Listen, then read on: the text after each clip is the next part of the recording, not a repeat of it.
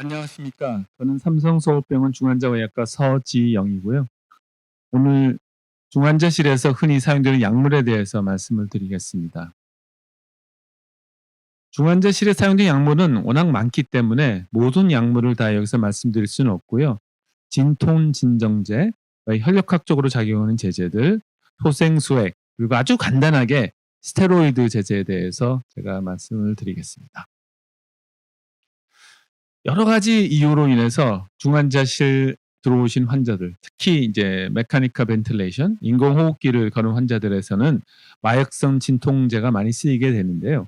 바람직한 마약성 진통제의 조건으로는 작용 시간이 빠르고 또 우리가 원하는 그런 임상 효과를 잘 조절할 수가 있으면 좋을 거고요. 그 약물이나 그 대사체가 축적이 되면 바람직하지 않겠죠. 또한 혈력학적으로 안정성이 유지가 되면 더 좋고, 또한 저렴하면 저렴할수록 좋겠습니다. 이 모든 조건들을 다 맞출 수 있는 약물은 없습니다. 이 표에서 중환자실에서 흔히 사용되는 마약성 진통제를 볼 수가 있고, 그것을 비교를 해볼 수가 있습니다. 우선 몰핀을 보시면은 작용 시간, 발현 시간이 5 내지 10분, 반감기가 3 내지 4시간 정도인데요. 이거는 이제 활성 대사체가 있기 때문에 그다음에 간 부전 시에 축적이 될 우려가 있습니다. 하이드로모포는 몰핀과 유사한 성질을 갖고 있지만 활성 대사체가 없기 때문에 그런 면에서는 좀 유리하고요. 펜타닐은 작용 발현 시간이 굉장히 짧고 소실 반감기도 몰핀에 비해서 짧은 게 아주 좋은 그런 성질을 갖고 있고요. 활성 대사체도 없지만 이것이 지속적인 투여를 하게 되면, 컨티뉴스하게 투여를 하게 되면 작용 시간이 증가한다는 그런 특징을 갖고 있어서 조심을 요합니다. 펜타닐은 작용 시간이 짧고요. 그 대사 경로가 플라즈마 에스터레이스, 여러 가지 난스페시픽한 비특이적인 에스터레이즈에 의해서 이것이 대사가 되기 때문에 이 약물을 끊었을 때 굉장히 반감기가 짧습니다. 그래서 이제 약물을 끊었을 때는 10분, 보통은 10분 내로 그 약물 효과가 없어지는 것을 알 수가 있는데, 있어서 아주 이런 진정을 목적으로 쓰는 경우에는 굉장히 그 성질이 좋은 성질을 갖고 있는 그런 약물이 되겠습니다. 이 약물을 쓸 때 조심하셔야 될 거는, 끊었을 때 특히 그 통증이 있는 환자에서는 약물의 효과가 워낙 빨리 없어지기 때문에 환자들이 훨씬 더 심한 그 통증을 느낄 수 있는, 반동성 통증을 느낄 수 있다는 게 아주 특징이 될 수가 있겠습니다. 그래서 여러분이 사용하는 목적에 따라서, 이 약물을 사용하는 목적에 따라서 선택을 하시면 되겠습니다. 요게 이제 컨텍스트 센시티브 하프 타임, 즉 우리가 약물을 주입하는 기간에 따라서 그 하프 라이프가 달라지는 걸 볼 수가 있는데, 아까 말씀드린 내용, 그 약물 중에 레미펜타닐은 이것을 아무리 길게 유지를 해도 그 하프 타임이 변화가 없는데요. 펜타닐은 주입하기 시작할 때는 하프 타임이 짧지만 그것을 지속적으로 주입하면은 하프 타임이 굉장히 빨리 올라가는 것을 볼 수 있습니다. 그렇기 때문에 이 약을 컨티뉴스하게 줄 때는 작용 시간이 길게 끌어갈 수 있다는 것을 반드시 생각을 하시면서 주시는 게 좋겠습니다. 또한 최근에는 이런 마약성 진통제도 중요하지만 다른 방법으로 그 환자의 통증을 해소하는 것도 적극적으로 권유를 하고 있고요. 최근에 나온 SCCM의 페디스 가이드라인을 보면은 비마약성 진통제를 같이 추가함으로써 마약성 진통제의 사용량을 가능한 줄여보라라고 권고하고 있기도 합니다. 또한 환자가 뉴로패틱 페인이 있는 경우에는 가바펜틴이나 카바마제핀으로 그 뉴로패틱 페인을 해결해 주면은 환자들이 더 편해할 수가 있습니다. 두 번째로 진정제에 대해서 말씀을 드리겠습니다. 진정제도 아까 말씀드렸던 마약성 진통제의 이상적인 그런 성질을 같이 공유하고요. 또한 선망에 대해서 유리하고 진통 효과가 같이 있으면은 아무래도 환자한테 더 단일 약으로도 조절할 가능성이 있는 거고요. 또한 자연적인 수면적인 이온을 유도할 수 있으면 더 좋겠고, 부작용이 적으면서 저렴할 수 있으면은 이상적인 진정제라고 할 수가 있겠습니다. 다음의 표는 중환자실에서 흔히 사용되는 진정제들을 보여주고 있습니다. 미다졸람, 로라제팜은 벤조다이제핀 계통의 약이고요. 프로포폴은 벤조다이제핀 계통하고 유사하게 가바 수용체에 작용하지만 그 외에도 다른 기전이 있으리라고 생각하고 있는 약이고요. 케타민과 덱스메드토미딘의 특징을 비교하는 표가 되겠습니다. 덱스메드토미딘은 알파2 수용체죠. 수용체를 활성화시키는 그런 약품이죠. 보시면은 미다졸람은 이 활성 대사체가 있고요. 또 이것은 진통 작용이 없고 특히 이런 심부전 시에 활성 대사체와 미다졸람 약이 특히 컨티뉴스하게 주는 경우에는 또 이것도 역시 우리 몸에 축적이 많이 될 수 있기 때문에 굉장히 늦게 환자가 깰 수가 있습니다. 로라제팜은 컨티뉴스하게는 잘 안 주게 되는데요. 왜냐하면은 그게 믹스된 상태에서는 룸 템퍼처에 스테이블하지가 않거든요. 그런 부분이 있어서 우리가 컨티뉴스하게 주기가 힘든 면이 있는 그런 약이고요. 프로포폴은 진통 효과가 없고요. 지질 성분을 함유하기 때문에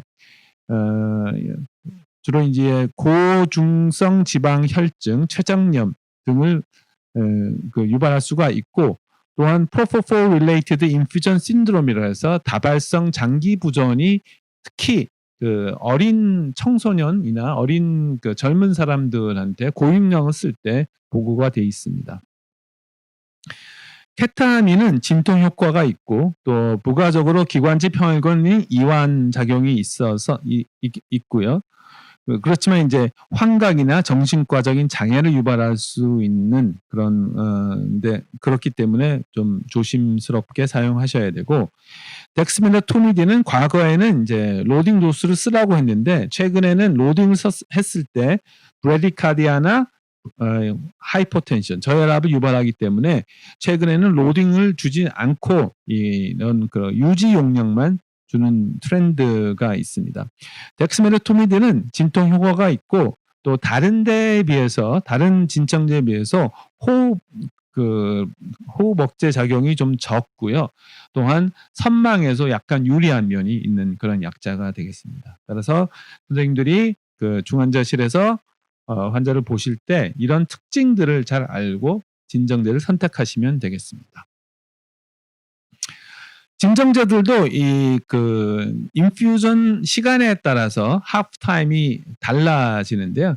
이 미다졸람이나 다이아제팜처럼 벤조다이제핀 계통의 약들은 역시 지속 시간이 늘어나면 늘어날수록 이런 하프타임이 늘어날 수 있기 때문에 환자들이 잘 안 깨면은 이런 것들을 의심을 해봐야 될 거고, 이런 약들을 컨티뉴스하게 줄 때는 또 이런 면들을 고려해서 약을 주셔야 되겠죠. 세 번째로 카테콜라민, 아드레너직 아고니스트들에 대해서 좀 말씀을 드리겠습니다. 아드레너직 리셉터는 두 가지가 있죠. 베타가 있고 알파가 있는데, 베타는 베타1, 특히 이제 마이오카디움에 많이 작용해서 크로노트로픽, 하트레이트, 심박동수를 늘리고 또 심수축력을 강화시키는 그런 작용을 하고, 베타2는 이 평활근에 작용을 해서 브론코 다일레이션, 기관지 확장을 하거나 또한 바소 다일레이션을 일으키는 그런 작용을 하겠죠. 알파1은 주로 베슬에 많은데 이게 혈관 수축을 하죠. 그래서 우리가 베타 쪽의 아고니스트를 쓰는 목적은 혈류를 증가시키고 산소 공급을 증가시키고 혈관을 확장시키고 장 관류를 증가시키는 효과를 기대하고 쓰는데 그것이 너무 이제 그 부작용으로서 심박동수가 증가할 수가 있고 심근 산소 요구량이 증가해서 허혈성 문제를 유발할 수가 있고요. 또 혈압을 낮출 수 있는 그런 문제가 있죠.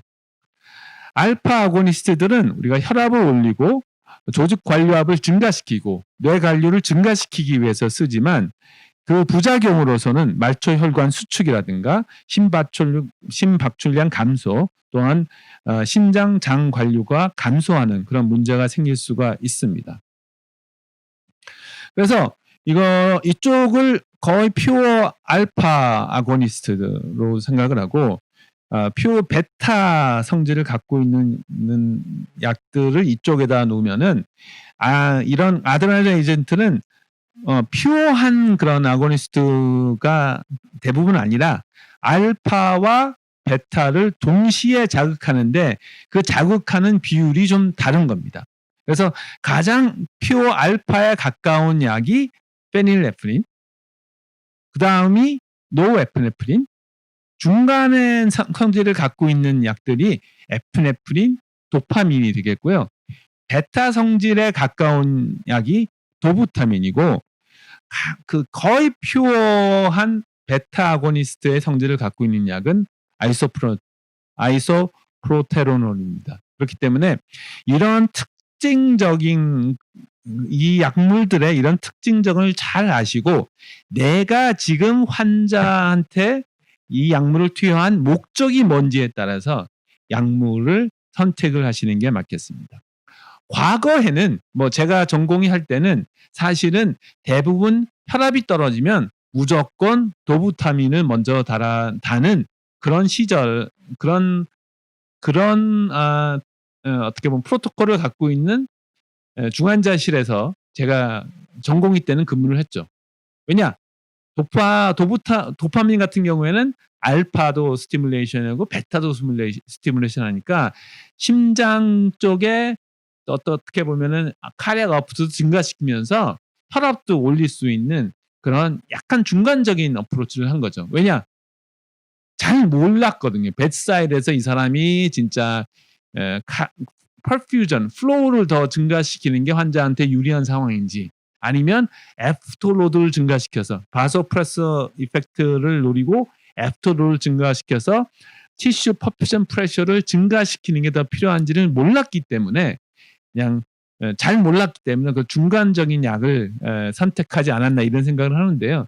최근의 트렌드는 그런 게 아닙니다. 최근의 트렌드는 내가 지금 이 환자한테 알파 아고니스트, 알파 쪽에 그 작용을 원하는 건지 아니면 베타 쪽의 작용을 원하는지에 따라서 약물을 선택을 하라는 거고요.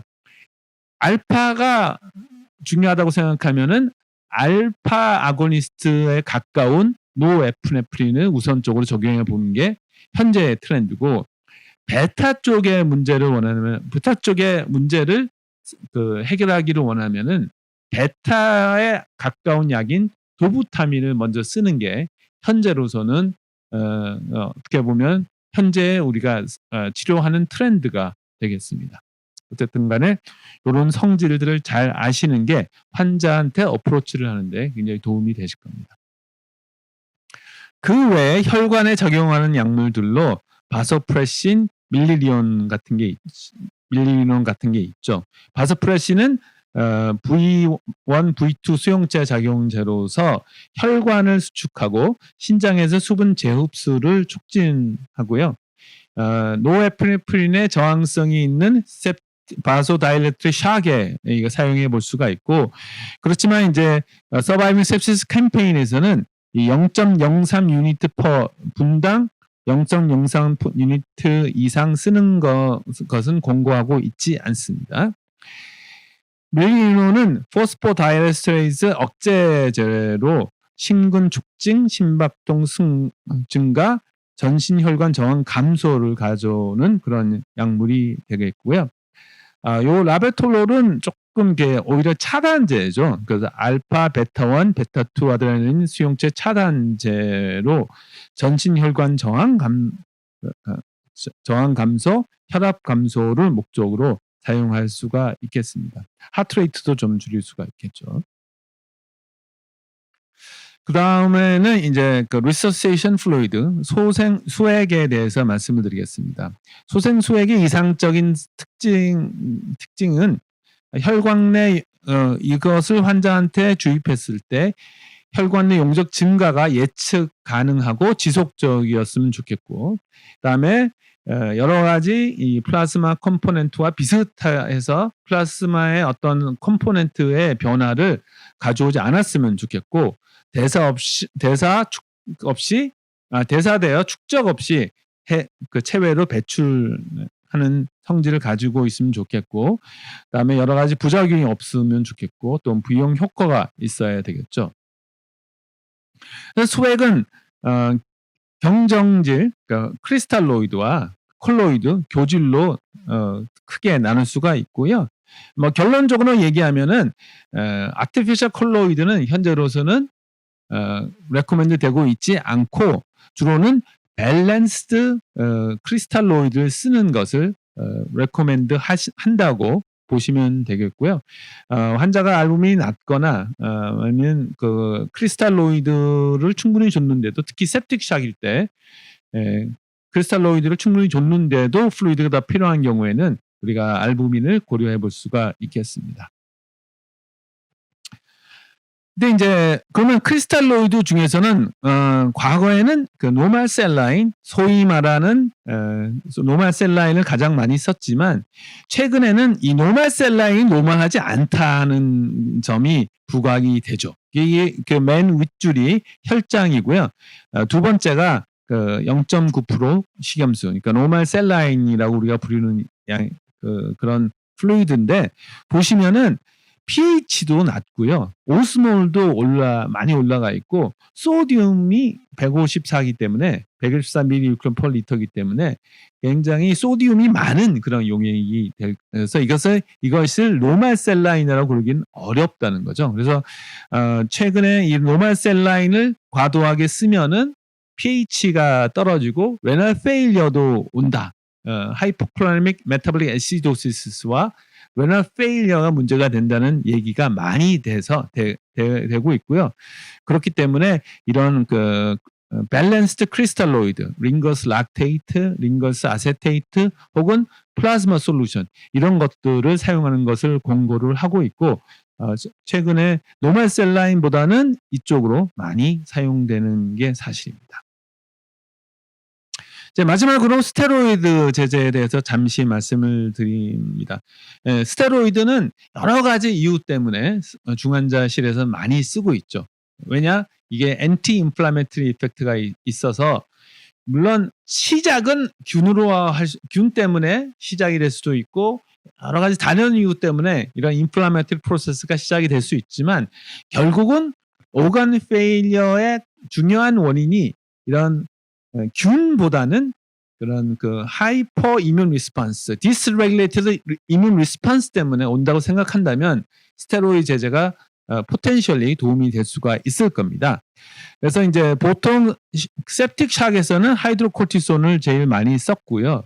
과거에 ARDS나 이런 때는 메틸프레니솔론이 많이 쓰이고 있는데, 최근에는 이 롱 액팅 스테로이드인 덱사메사손이 최근에 주목을 받고 있습니다. 이 덱사메사손은 조금 굉장히 포텐트한 글루코코티코이드 성질을 갖고 있고요. 반감기가 이런 그 메틸 PD보다 한 2배 내지 3배 가까이 될 수가 있는 그런 약품이 되겠습니다. 왜 그러면은 ARDS나 코비드19에서는 이 덱사메사손이 최근에 곽광을 받느냐? 이 논문들과 연구 때문에 그런데요. 이게 이제 란셋 레스피레이터리 메디슨에 올해 발표된 논문인데, 이게 그 덱사메사손을 ARDS 환자에서 랜더마이즈하게 스페인에서 멀티센터 RCT를 했더니 환자들의 아웃컴, 특히 모탈리티까지 감소했다는 그러한 논문이 발표되면서 덱사메타손이 주목이 됐고요. 최근에 아직 논문 형태로 나오지 않았지만 코비드19 환자에서도 이 덱사메타손을 썼더니 영국에서 시행된 연구인데요. 덱사메타손을 썼더니 환자들의 그 모탈리티를 감소했다는 그런 보고가 있기 때문에 최근에 덱사메타손이 각광을 받고 있는 그런 상태입니다. 좀 두서없이 말씀을 드렸는데 아무쪼록 코비드19 환자들을 중환자실에서 진료하시는데 도움이 되셨으면 합니다. 감사합니다.